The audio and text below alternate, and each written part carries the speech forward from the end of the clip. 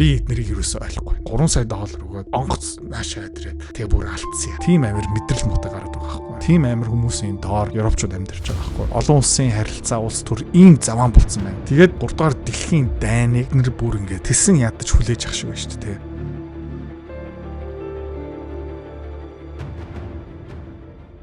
Keir Starmer Их Британий хамгийн нэр хүнд муутай ерөнхий сайд. Ард түмний хамгийн бага дэмжлэгтэй. Тэгээ ард түмэн хамгийн их үзэн яддаг ерөнхий сайд хэм байсан бэ гэх юм бол Keir Starmer. За Keir Starmer-ыг багийн гишүүдүүд одоо хутгалаад эхэлж байгаа юм байна. За энд юу бичсэн байна гэх юм бол Starmer vows to fight any plots to oust him. Тэгээ Starmer бол тэгээ мань хүний хөөгөө гаргаж байгаа хүмүүстэй тултлан тэмцэн гинэ. Яг гэх юм бол Starmer-ийн одоо батлахж байгаа төсөв нь фейлдж байгаа. 80 тэрбум паундын тэгээд алдагтай төсвийг батлах гэж байна. Тэгээ Labour-ийн гишүүдүүд энийг ерөөхдөө баталж чадахгүй. Батлнаа гэдэг чинь дараагийн сонгуул дээр бүр нам нь алга болно гэсэн үг заяа. Тэ нам нь алга болно гэсэн. За тэгсэн чинь намын гишүүдүүд тэ эрүүл мэндийн сайд нь тэ хүмүүс юу ярьж байна гэх юм бол эрүүл мэндийн сайд ерөөхдөө Keir Starmer-ыг тэ зайлуулад өөрөө тэр алтан тушаалыг булгаад авч байгаа гинэ. А гэхдээ мань хүн юу хэлж байна гэх юм бол үгүй би тим юм хийхгүй. Нэр нь хийм бэ гэх юм бол streeting. Окей. За тэгээд улс төрчнөр үгүй. Би ингээд ерөнхий сайд огцруулах санаа байхгүй гэдэг чинь эсэргээрээ байхгүй. Яг Keir Starmer-ыг яг зайлуулах үйл ажиллагаа тэгээ хор найруулга аль хэдийн эхэлсэн байгаа. За өөр сонирм дотор are the knives out for Keir Starmer ерөнхийдөө хүмүүс хутгаа гаргаад ирлээд бэлтцсэн байгаа юм уу гэж ярьж байна. За Европ даяар ерөнхийдөө энэ улс төрийн намын кризис болж байгаа ард түмэн энднийг ингээд дэмжихэ болж байгаа. А тэгээ нэмээд юу болж байна гэх юм бол дээр үе Франц, Англи хоёрын үзэн ядалт. Герман, Франц хоёрын өсөлтөө. Герман, Польш хоёрын тэгээ үзэн ядалт ерөнхийдөө буцаагаад иргэн идэлээд явж байгаа. Хөшөө. Чи маргааш өглөө юу хийх вэ? Таач. Чи хуруугаа уншуулна. Залахгүй байна. За дарах. За. Нэгтгэс тавтах. Зуны амтлаараа жоохон амрын тэгээ буцаагаад ажилдаа орчин. Зээлээ төлнө. Тэгээ 30 настай хөвцсөн юм бол заяа.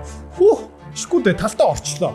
20 жил нараа тэтгэвдэх юм. Хүү, ямар сонсогч байна. Солиод байгаа зү. Би бас тийм байсан юм аа. Гэхдээ миний амьдрал минийх байх ёстой гэд би 10 жилийн өмнө шийдээд еврей хүн шиг хөрөнгөлөл үүсгээд хөрөнгө оруулалт хийгээд ирсэн. Амар хэцүү байсан. Сурж авсан юм аа би номон дотор шингээсэн, сургалт хийсэн, компани үүсгэн байгуулсан. Би энэ өвчнгоос салж чадсан.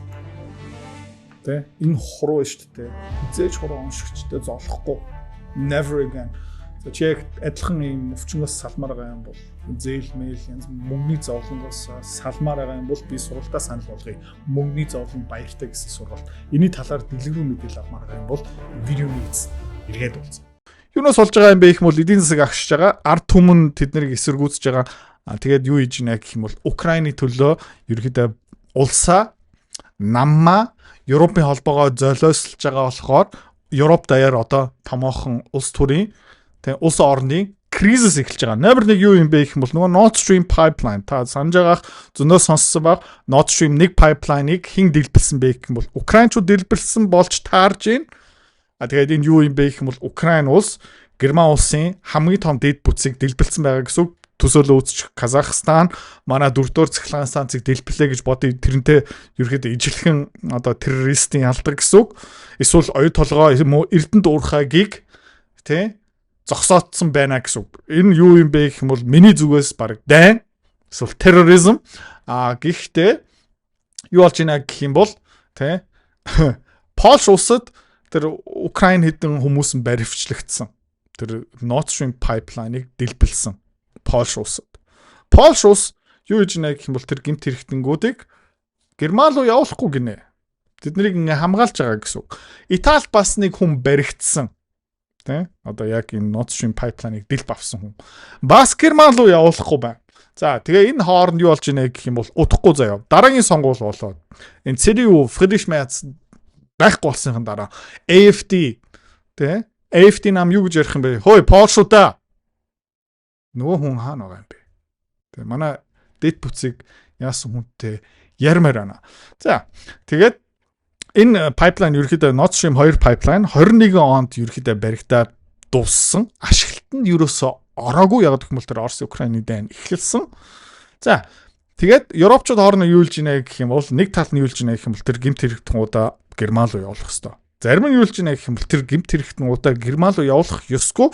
Яагаад вэ гэх юм бол үнэн бодит үнэн гараад ирчих юм бол эвгүй юм болно. Европын холбоо бүр бутрах магадaltaй.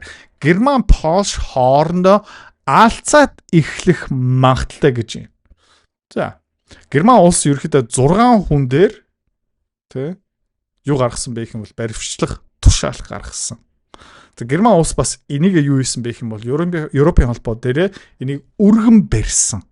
За, номер 1 хин бэ гэх юм бол энэ Володимир Зуравлев тэ Польш улсад одоо шоронд сууж байгаа. Гэхдээ Польшууд юу хэлж байна гэх юм бол үгүй тэр хүнийг үгүй. За тэгээд such actions undertaken by armed forces and special forces during wartime энэ дээр юу хэлж байна гэх юм бол Украинчууд юу хэлж байна гэх юм бол бид нар Орос руу дайрсан. Герман руу дайрсан юм ерөөсөө биш ээ. Германчууд юу хэлж байна гэх юм бол энэ Украинчууд манай дэд бүтц рүү дайрсан, терроризм хийсэн. Польшууд юу хэлж байна гэх юм бол тэр Газсан хоолоо Оростой холбоотой болохоор тий дайны арга хэмжээ гэсэн үг. Украин өөрийнхөө хамгаалсан гэсэн үг. Тэгээ Украинчууд Оростой байлтж байгаа учраас Оростой холбосон дэд бүтцийг дэлбэлэх тий зөвшөөрөлтэй байсан гэж байна. Германчууд юу хэлж байна гэх юм бол тэр Газсан хоолоо зэвсгийн үйлдвэрлэл биш. Тэргээр зэвсэг тээвэрлэдэг биш. Тэр ерөнхийдөө тий civilian иргэний хууль дотор орших ёстой. Тий хувийн хөвшил ба улс энийг барьсан болохоор энэ дайнтай юусоо холбоогүй. Зэвсэг мэвсэг Украинтай ямар ч холбоогүй. Манай тэр дэд бүтцийг дэлбэлсэн учраас тэр гэмт хэрэгтэнгуудаа биднэрт өгөөрэй. Тэгээд Польш улсын ерөнхий сайд Donald Tusk юу хэлсэн бэ гэх юм бол the problem with Nord Stream 2 is not that it was blown up. The problem is that it was built. Nord Stream 2 pipeline дэлбэрсэн. Тэ асуудал ерөөсөө биш ээ. Nord Stream 2-ын асуудал нь юу юм бэ гэх юм бол анханасаа баригдсан нь асуудал шүү дээ. Тэ монголчууд цахилгаан станц барьсан бас асуудал магадaltaй юм байна. Тэ тэр Power of Siberia монголоор одоо Power of Siberia 2 удахгүй монголоор дамжих юм байна. Тэгээд украинчууд хэн нэгэн тэрийг дэлбэлэх юм бол бид нар лөө юу гэж хэлэх юм бэ гэх юм бол монголчуудаа тэ тэр Power of Siberia Газсан хоолоо дэлбэлсэн ерөөсөө асуудал биш ээ.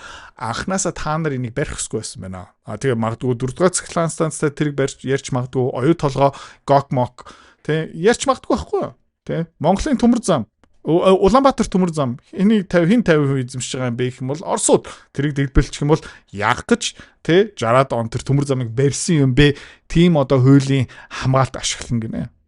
За нэмээд Европ дотор бас алаан юу болж байна гэх юм бол Булгар улс тэ 1 сарын бензинтэй үлдсэн байна. Яг гэх юм бол Булгар улс өөр орнуудаас газ, бензин, нефтэ худалдаж авах боломжгүй. Ганцхан Оросоос ерөөхдөө худалдаж авах тийм газ, нефтний хоолойтой. Тэгээд тэр компаниуд дээр Америкчууд санкц тавьсан. Тэгээд Булгар улс юу болж байна гэх юм бол одоо бензингүй болж байгаа. Бензингүй, нефтгүй, газгүй байна гэдэг чинь одоо үйл болж байгаа. Тэгээ бензингүй болно гэдэг чинь эдийн засаг тэр чигтээ зогсон гэсэн үг. Монголчууд бид нар энийг сайн мэдж байгаа шүү дээ. Саяхан бас бензиний хомсдол ороод бид нар баалрах гэж үзсэн шүү дээ. За нэмээд Romania, Bulgaria тэ нефть боловсруулах үйлдвэр нь ерөөхдөө зогсох гэж байгаа. Яг гэх юм бол Оросын хөрөнгө оолтой учраас тэгээд Romania улсын эдийн засаг ерөөхдөө бас одоо эргэлзээтэй болж эхэлж байгаа. Bulgaria бас яг адилхан. Унгар ерөөхдөө угаасаа тийм. Тэгээд юу болж байна гэх юм бол Европын холбоо Оростой алцаад гишүүн орнуудын эдийн засгийг ингээд төгс бодоо олгож штэ. За одоо буцаага Kirchsteimer дээр очие заяа. Kirchsteimer бас юу гэж нэ гэх юм бол Оросын эсрэг тултлан тэмцэж байгаа штэ. Kirchsteimer ерөнхийдөө өнгөрсөн 6 сарын хугацаанд ганцхан юу хийсэн бэ гэх юм бол Зеленскигийн төлөө л тэмцсэн штэ. За нэмээд юу гарсан бэ гэх юм бол Russia Оросуудын нэг MiG-31 онгоц тэ Их Британий тагнуулын алб хор найруулсан гэж байгаа. За тэдний юу хийсэн бэ гэх юм бол Оросын нэг энэ Балтаны онгоц MiG-31-ийн жолоочд $3 сая авилга санал болгосон гэж байгаа.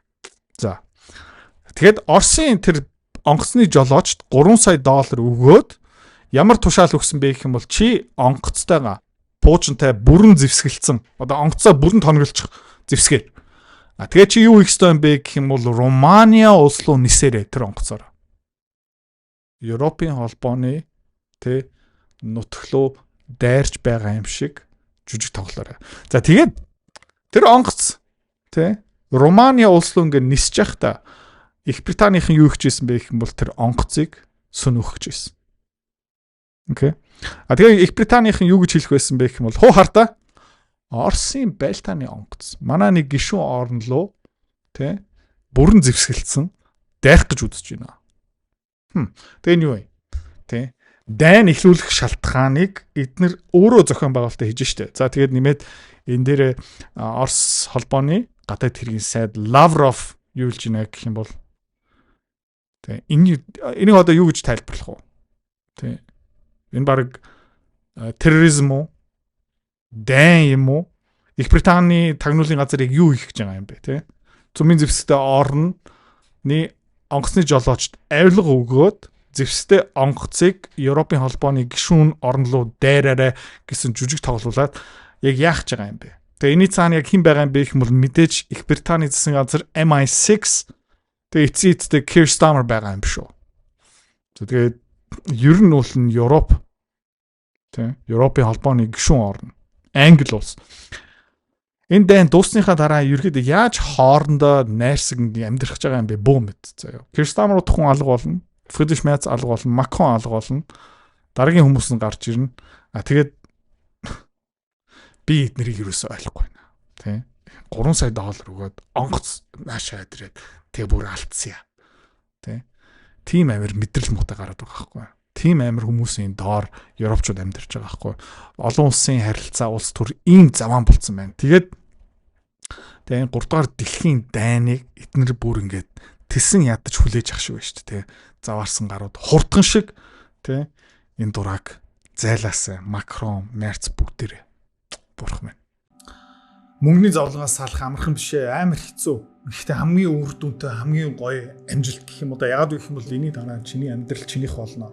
За, энэ сургалт дотор юу орцсон байгаа юм бэ гэх юм бол би одоо 4-5 жил тасралтгүй хөв хүний сургалт контент явуулж байгаа. Энэний тухай бүр 3 ном бичсэн. Энэ дээр хамгийн үр дүнтэй, арга сайтай юмнуудын оруулсан байгаа. За, тэгээ энэ зүгээр сургалт биш.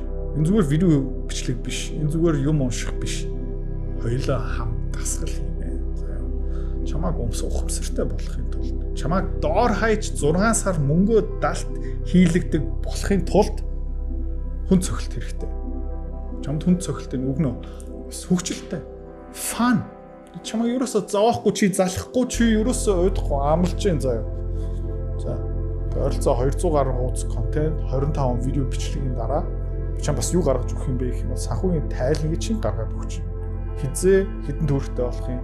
Би яг хизээ энэ зовлонгоос салах юм бэ? Бүх юм тодорхой. Одоо ганц үлдсэн юм юу юм бэ гэх юм бол. Let's go.